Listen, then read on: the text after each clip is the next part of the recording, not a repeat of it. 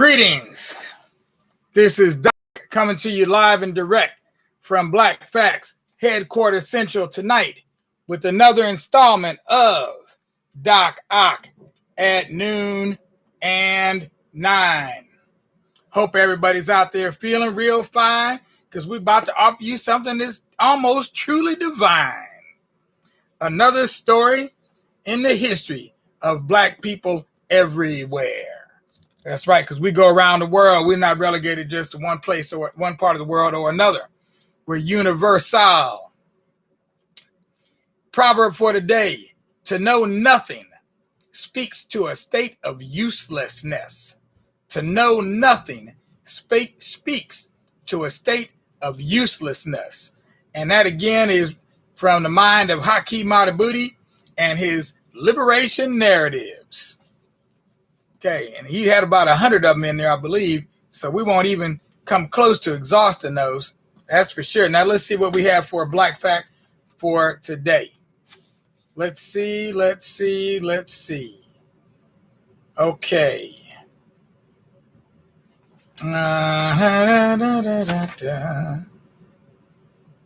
Okay. All right, so the Black Fact I have for today is: did Alexander Augusta serve as surgeon to the U.S. colored troops in the Civil War or the Spanish-American War? Did Alexander Augusta serve as surgeon to the U.S. colored troops in the Civil War or the Spanish War? Which one did he serve in? Now, there is a very interesting question that I know not the answer to. But let's see. We'll just check right here real quick, and I will let you know. Alexander Augusta. Now, for me, I'm betting on the Civil War. Nope, I go with the Spanish War because I think I know about the Civil War. So I'll go with the Spanish War. By the process of elimination, I've come up with my own answer. I'm going with the Spanish-American War. Let's see what we've got here. Nope. I was wrong. During the height of the U.S. Civil War, Alexander Augusta was commissioned as the first African-American. How did they put it? Okay, it's spinning on me. Let's see what it says. The survey says, right? Just a second here. It's almost there. First African-American physician and the highest ranking African-American officer at the time in the Union Army. Well, this is a real puzzle. We're going to have to go back and do a whole thing on the Union Army because I thought that was the role of the person we read about before, Martin R. Delaney. I thought they said he was the highest ranking officer at some point during the war. So what exactly was he commissioned as? That would be the next question I would have. So we're going to have to go and do some more research on him, Alexander Augusta, because this is the first I'm hearing of him. But we do have the answer to our question, which is he was commissioned in the Civil War. So we'll circle that right there. And we'll come back before we leave tonight with our question for tomorrow and tomorrow and tomorrow. For tomorrow never gets here, but we've got questions for days. All right. So let's go ahead and get it on with our story tonight, which is about another sea captain. We call him William Alexander Leidesdorff, and our story tonight is called Captain of His Life. Captain of his life, and truly, he was in charge of where he was going and where he was going to end up as well. Captain of his life. So let's see what's going on with our man, William Alexander Leidesdorff. And here we go. Now, it says here that he was born in the year 1810 and lived to the year 1848. In the downtown section of cosmopolitan multiracial San Francisco, this is gotta make sure I'm on the right page when I start. Multiracial San Francisco, there's a short street named Leidesdorff, which few know is named after a crafty multiracial individual by the name of William Alexander Leidesdorff. Leidesdorff was a ship captain, trader, Mexican citizen, American diplomat, merchant, city treasurer of San Francisco, owner of several city blocks in what is now downtown San Francisco, and the owner of 35,000 acres of land near Sutter's Mill, the birthplace of the California gold rush. So he actually owned that, property that was full of gold, although he didn't know it at the time, at least not to my knowledge, or maybe I should say to our knowledge. Born in St. Croix in the Danish Virgin Islands, Leidesdorff was the son of a Danish planter and an African mother, Anna Marie Sparks. As a young man, he was sent to New Orleans to work in the office of his two brothers in the cotton business. Both brothers died, and Leidesdorff came into considerable wealth. He left New Orleans for California in 1841 because, legend has it, of an unhappy love affair, and landed in California, captain of a 160-ton schooner, the Julia Ann. At this time, California was in the middle of a three-way power struggle between Mexico, who owned it, and the United States and Great Britain, who coveted it. Leidesdorff threaded his way through this political maze by first securing from Mexico in 1843 a land grant of two 300-foot lots on the corner of Clay and Kearny Streets. Upon these lots, he built a store and a home where he entertained American social and political bigwigs. Soon afterwards, he was appointed American consul. That's a diplomat, or ambassador in California. With the Mexican land grants in mind, he became a naturalized Mexican citizen in 1844 and promptly acquired from the Mexican government 35,000 acres of ranch land on the bank of the American River. This strategy was rewarded when in 1845 he was appointed American subconsul at Yerba Buena. Yerba Buena was the original name of San Francisco. In 1846, the last Mexican mayor of San Francisco gave him the corner of what is now Leidesdorff and California streets. Upon this Mexican given property, he built a warehouse, which he leased to the U.S. government. The power struggle for California came to a head in July 1846. Leidesdorff was given a proclamation of the takeover of the city by Captain Montgomery of the U.S. Marines. This proclamation had to be translated into Spanish for the benefit of the Mexican citizens who could not understand English.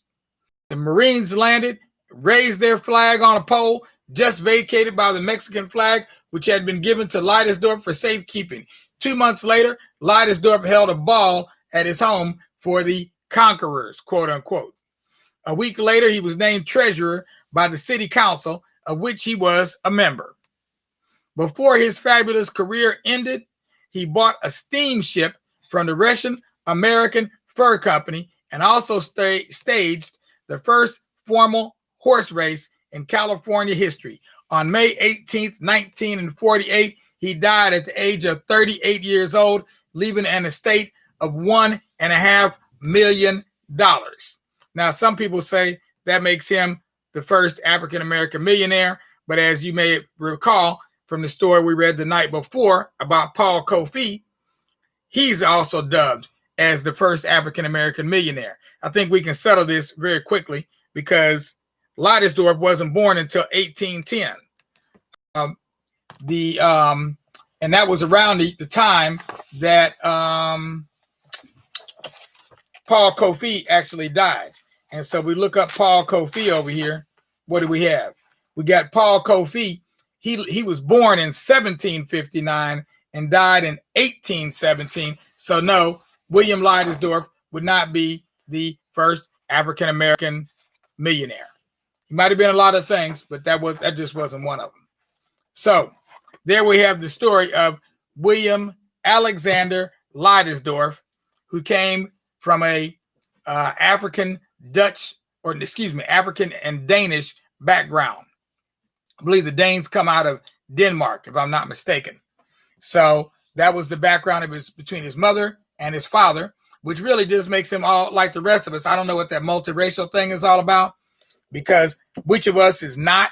I'd like you to find that person and bring him to me, and I'll show you somebody that even if he was a lot of people born on the continent of Africa with two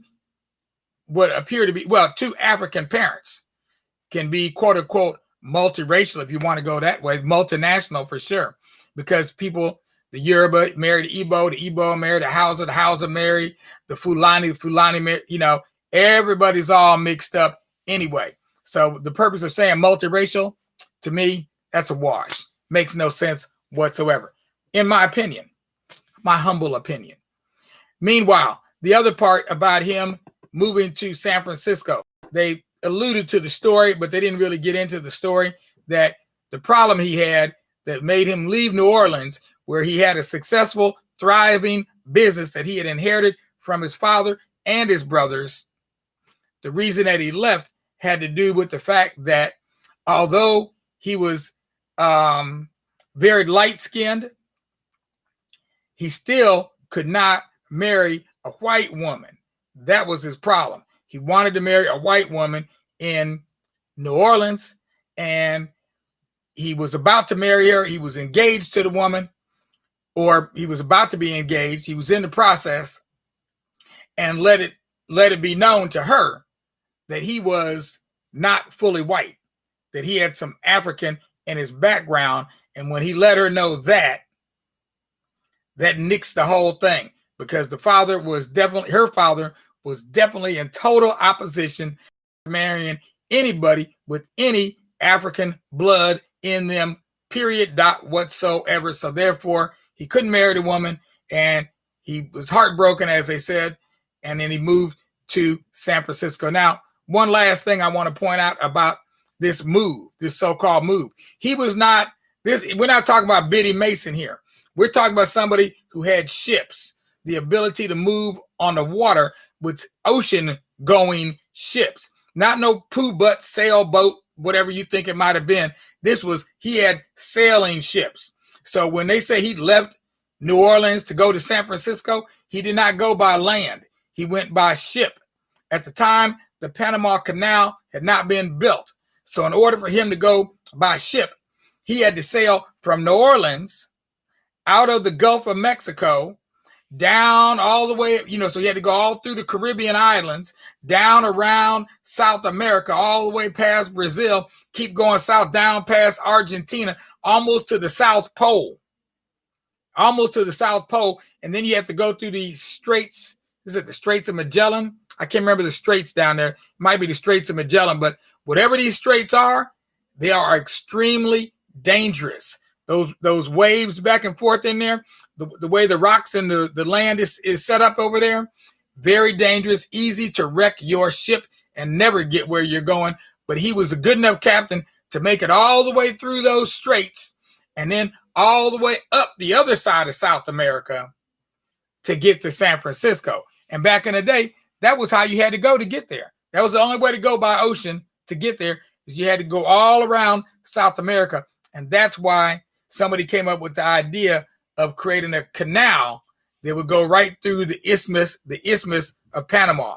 That's that little that tiny, narrow, it looks tiny on the map, that little narrow sliver of land that connects North America or Central America to South America. So they cut through that land, and now we don't have to do that anymore. If you want to take a ship, you can go right through the Panama Canal and come up, and it's a much shorter trip. So you're talking a trip that took him months, 3 months, 4 months, maybe up to 6 months. I'm not sure how many months, but a very long, dangerous trip. And then last but not least, in terms of his ship sailing capabilities, he also brought the first steamship up the Sacramento River. I believe it could have been the American River, either Sacramento or the American River. But he brought a steamship all the way up into the Sacramento area, and he was the first one to navigate those waters in a steamship. So these are the kinds of things that we don't hear about in school. We're not hearing about in our history books. These are the kinds of things that we have done and have been doing since way back before slavery even ended, before the Emancipation Proclamation, before the gold rush of 1849, et cetera, et cetera, et cetera, which actually started because of his death. But I can't go into that one right now. But any of you out there in California, when you're driving up and down the highway, if you don't mind, I would love if you would take a picture of the sign by the side of the road between Sacramento and Folsom that says William Alexander Leidesdorff Highway or Freeway, because they have named a section of the freeway that I believe ran parallel to his land, because recall, he owned 35,000 acres between Sacramento and Folsom. So there you have it. You got your bedtime story and a history lesson all in one.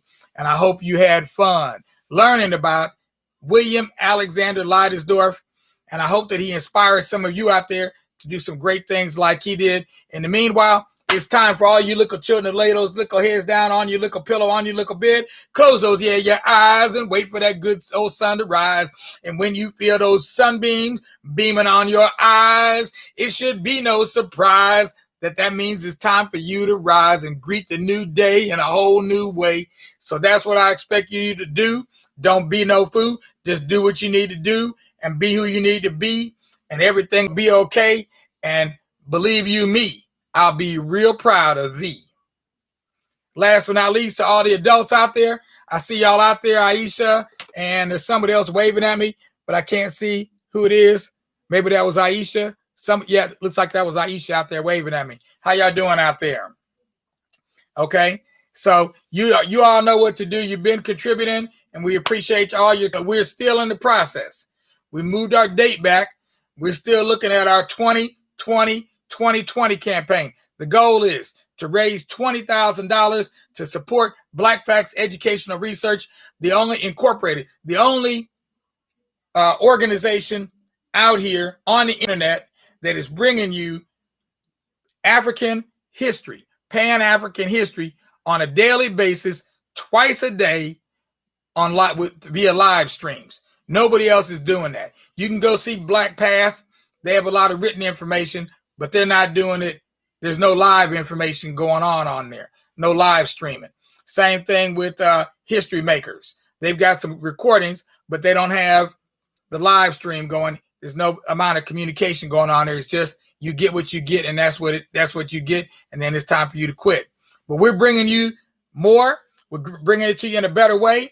We're trying to keep up with the times, and we're even bringing you a few rhymes. So right now, before I commit a crime, and y'all have to drop a dime, I'm going to cut on out now that y'all know what it's all about. Peace out to everybody out there. Make sure to vote. If you haven't voted yet, it's your time. It's your time. Do it now while you can. We heard there's food trucks out there waiting on y'all, and there's people delivering water, pizzas, and everything else. Take a chair with you, or one of those little folding ones that folds down, and you get the little chair and you just sit on that. You might need something like that, especially if you're an older adult. And we also heard that there's, for your older adults out there, that you can also go, there's a special door you all can go in as well. So anybody who's an older adult, as old as me, but maybe somewhat disabled, make sure to check for a special door for you to go in, so you're not standing all day in that big huge line with all those able-bodied young folks. Let them stand out there in the cold. Y'all take care of yourselves. Peace out now.